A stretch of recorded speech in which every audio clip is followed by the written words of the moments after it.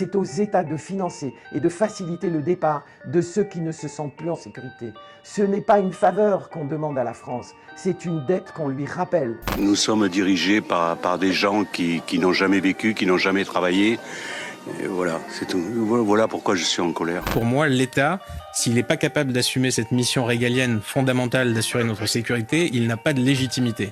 Salut tout le monde, j'espère que vous allez bien. Donc aujourd'hui, nouvelle vidéo zapping. On retourne sur X se regarder encore énormément de séquences. Comme d'habitude, on ne perd pas de temps. Petit like pour la force, petit commentaire pour le référencement. Et pour ceux qui sont sur téléphone et bien sûr qui sont gentils, merci de booster la vidéo. Allez, on enchaîne avec la première séquence insolite qui nous vient du compte Gilles Bellérose. C'est avec Céline Dion. C'est marqué 500 € pour aller voir Céline.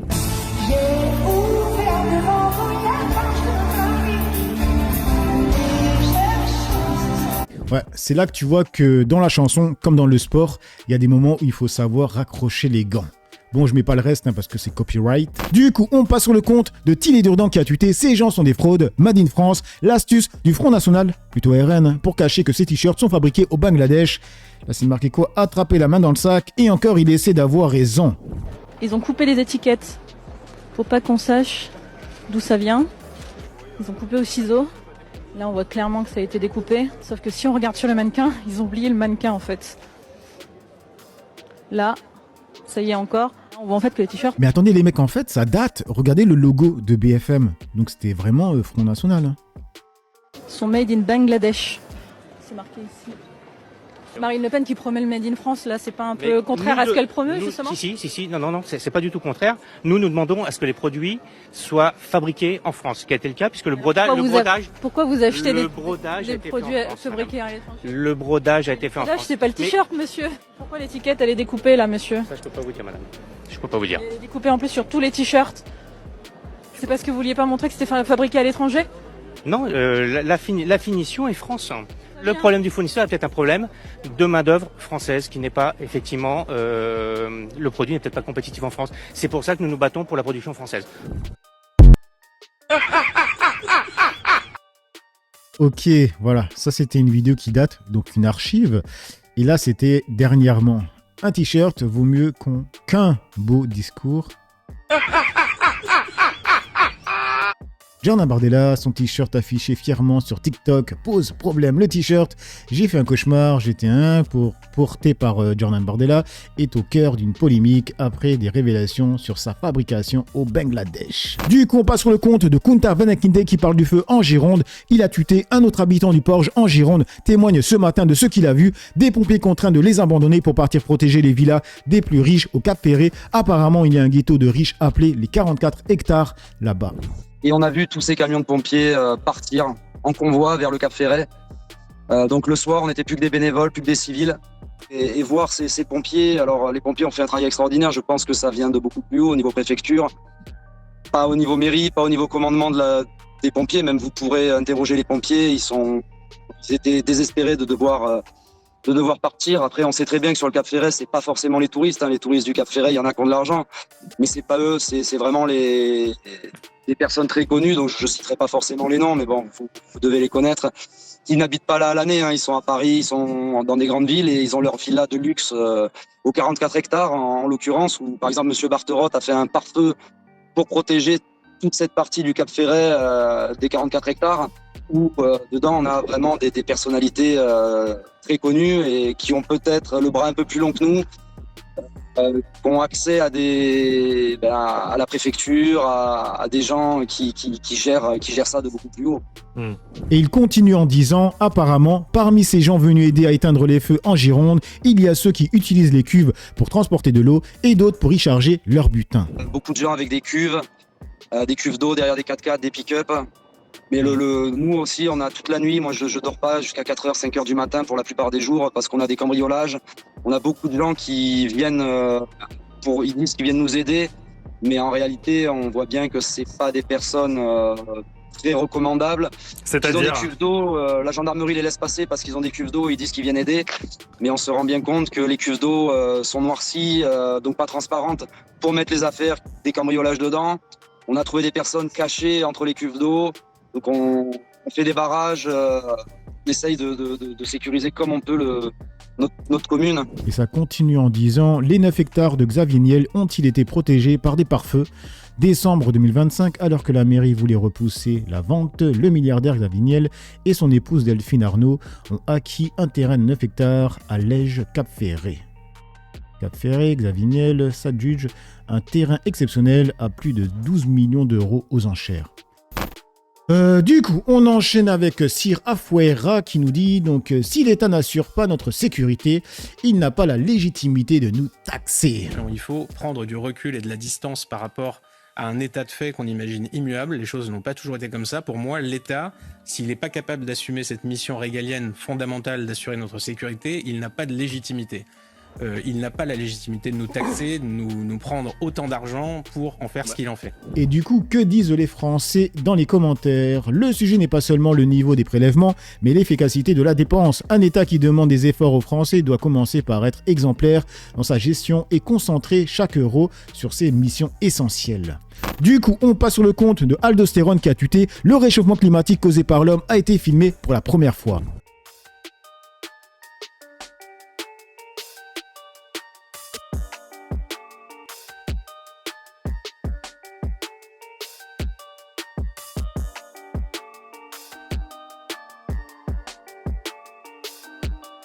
Alors, dans les commentaires, il y a Claude qui nous dit « Il faut le choper et l'attacher à un arbre, qu'il comprenne ce que cela fait. » Lara qui dit « Pourquoi flouter? Qui est-ce » Alors les amis, je sais qu'il y a beaucoup de personnes qui ne croient pas que l'homme est une des causes du réchauffement climatique. Moi, je pars du principe que l'homme est la cause de la disparition d'énormément d'insectes, d'énormément d'animaux et aussi de pollution irréversible. Donc, je ne peux pas être catégorique sur ça. Je pense que dans quelques années, il y aura des preuves irréfutables que l'homme était une des causes du réchauffement climatique. Moi, c'est ce que je pense. Bref, du coup, on enchaîne avec Angel Paradise. C'est marqué « Ils sont où les Arabes et les Noirs ?» Alors, je suis en train de dire pour les incendies, vous pouvez y aller, il n'y a pas... Ah oui, les mecs, quand je suis tombé dessus, je pensais que c'était fait avec IA. Je vous jure. Pas un arabe, pas un seul. Qu'est-ce que vous en pensez, monsieur? Monsieur, je partage avec vous. Je cherchais. On pense que c'est criminel. Récupère le micro, mais on va d'origine. C'est un brugne. C'est un brugne à la télé. On en dirait, je vous rôle dans... Ils sont quand même en train de rigoler en disant « Ils sont où les Noirs et les Arabes ?» tu vois. Mais en fait, ce qui m'énerve, c'est que je suis toujours obligé de faire l'exemple avec la communauté juive. Je suis vraiment désolé, mais en fait, c'est très parlant comme ça. Jamais de la vie, ils se seraient autorisés de dire « Pourquoi on voit pas de juifs ?» Jamais ils auraient dit ça, tu vois. On est sur BFM, sur une chaîne d'infos, les mecs. C'est pas rien.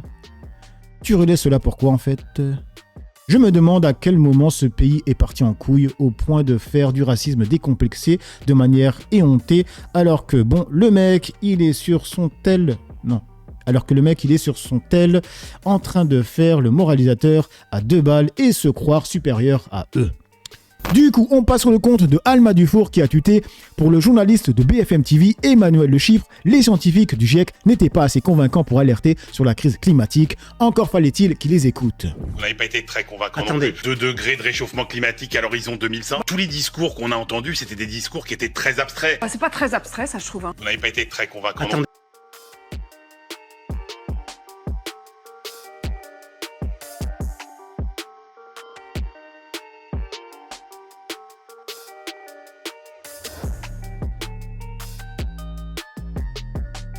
Et dans les commentaires, il y a une personne qui nous dit « Il n'y a pas pire sourd que celui qui ne veut pas entendre ». Pas faux.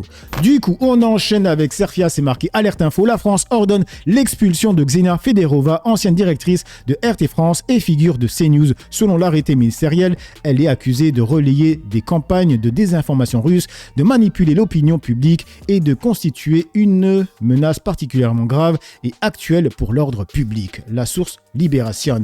Une personne qui dit « Elle aurait dû faire de l'ingérence israélienne, elle aurait eu la Légion ». Pas faux. Et j'ai vu un tweet passer, j'arrive pas à le retrouver. Il y avait une personne qui disait, c'était quoi encore? Attendez, il faut que je retrouve. Ah oui, N'empêche, ça fait bizarre de voir l'extrême droite se mobiliser pour empêcher une OQTF d'être exécutée. Et du coup, on passe sur le compte de Julien Pernici qui a tuté le dérapage d'Éric Ténier, salarié de CNews selon l'Arcom, le 2 juin 2025 sur CNews, qui vient de valoir 200 000 € d'amende de l'Arcom à la chaîne d'opinion d'extrême droite. Eric, oui, c'est important ce qu'il dit. Quand il dit le mot barbare, ça veut dire quoi? C'est-à-dire qu'il parle de gens qui n'ont pas la même civilisation que nous. C'est ça l'étymologie du mot barbare. Donc moi, je veux bien qu'on parle de justice, qu'on parle de force de l'ordre, mais on va pas mettre tout le monde dans les prisons. Le vrai problème aujourd'hui, c'est quoi? Le problème, il est civilisationnel, je suis désolé. C'est-à-dire qu'on se retrouve aujourd'hui avec des enfants dont les parents étaient les émeutiers de 2005. Et pour une grande partie, ils venaient d'une immigration. C'est ça aujourd'hui la réalité. Qu'est-ce que t'en fais? Déjà, vous commencez à avoir ce constat-là, parce que quand vous l'avez, vous arrêtez de dire que la solution, c'est plus... On voit clairement qu'il vise les personnes, en tout cas les Français d'origine étrangère. Donc c'est clairement un appel à la haine raciale ou bien à la guerre des races, quoi.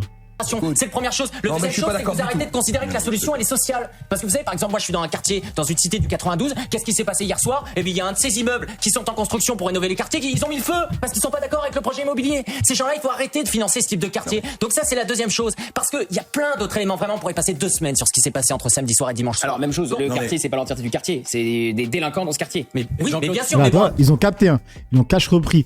C'est des gens, c'est les délinquants dans le quartier, hein. C'est pas tout le quartier. Mais pour lui, on sait très bien que c'était tout le quartier. Donc toutes les personnes françaises d'origine étrangère, tout simplement. Alors dans les commentaires, ça nous dit quoi? J'ai du mal à voir le dérapage. Ben, moi je le vois bien. C'est quelle partie précisément qui est sanctionnée? Quel dérapage? Putain, mais en fait c'est quoi ces gens? Je sais pas, c'est moi qui rêve ou bien vous voyez aussi un dérapage? Quand sur le plateau d'Éric Ténier Quand sur le plateau, Ténier dit une connerie et que même Dacier et Berkoff le contredisent, c'est que vraiment qu'il dit de la merde lui. Ce n'est pas un dérapage, c'est un appel à la haine raciale. C'est clairement ça les mecs. Du coup, on enchaîne avec Salsa, c'est marqué le concept d'aller à l'étranger quand t'es raciste, franchement, faut m'expliquer, ils se prennent pour des êtres supérieurs. Bah alors les racistes, ça vous fait quoi d'être affichés sur les réseaux sociaux et d'être pris en flagrant délit? Vous avez vu passer cette information sur la Thaïlande de touristes italiens qui ont fait les sauvages dans le métro, et dès qu'une habitante de la Thaïlande a dit bah écoutez calmez-vous, bah ils ont dit des choses racistes, ils ont dit que son pays était pauvre et qu'ils avaient besoin de leur argent pour pouvoir se construire. Bonjour le colonialisme. Troisièmement ils ont dit des Nihon alors qu'on dit pas Nihon en Thaïlande, hein. Apprenez la langue, y a pas que la Chine qui est au centre du monde, vous êtes obsédés par nous. Et pendant qu'ils ont fait les sauvages et qu'ils ont dit toutes ces conneries, ils se sont fait afficher sur les réseaux sociaux, c'est devenu viral et après ils sont retrouvés au commissariat en train de dire je suis désolé, j'aime la Thaïlande. Et c'est pas la première fois qu'il y a des touristes occidentaux qui vont mal se comporter en Asie. On a vu la touriste israélienne à Bali qui a fait des bruits bizarres et qui a mal respecté les locaux et finalement elle se retrouve affichée sur les réseaux sociaux, on dit ouais je suis désolé, j'adore Bali, gna. Après franchement ils ont de la chance les Italiens en Thaïlande parce que voilà ils ont dû payer une amende et c'est tout. Je pense qu'ils méritaient beaucoup plus que ça. Et ce qui me rentrait c'est que c'est des mecs qui vont respecter la Chine, le Japon, la Corée et qui vont même pas faire ce genre de bêtises et se comporter comme des sauvages en Chine. Parce que je vous jure si vous faites ça en Chine, après c'est dit que c'est nous les sauvages. Alors dans les commentaires, il y a Céleste de Mérac qui nous dit marre des fachos, partout où ils sont, ils posent problème, vraiment la haine et le cancer de l'humanité, pourquoi dénigrer les autres qui sont différents? Et là je pense que je vais avoir certains commentaires qui vont me dire mais Pagès, tu ne parles pas des French Arabica qui foutent la merde en Thaïlande? Alors faut savoir que j'ai déjà fait une vidéo sur ça. Moi je parle de tout le monde, peu importe la couleur, l'origine, j'en ai rien à foutre. Je suis pas là en train d'invisibiliser une info parce que la personne me ressemble. Loin de là, loin de là. Et on enchaîne avec le compte de Alerte Racisme, c'est à propos de cette vidéo que je vous ai partagée hier où il y a donc un chant raciste.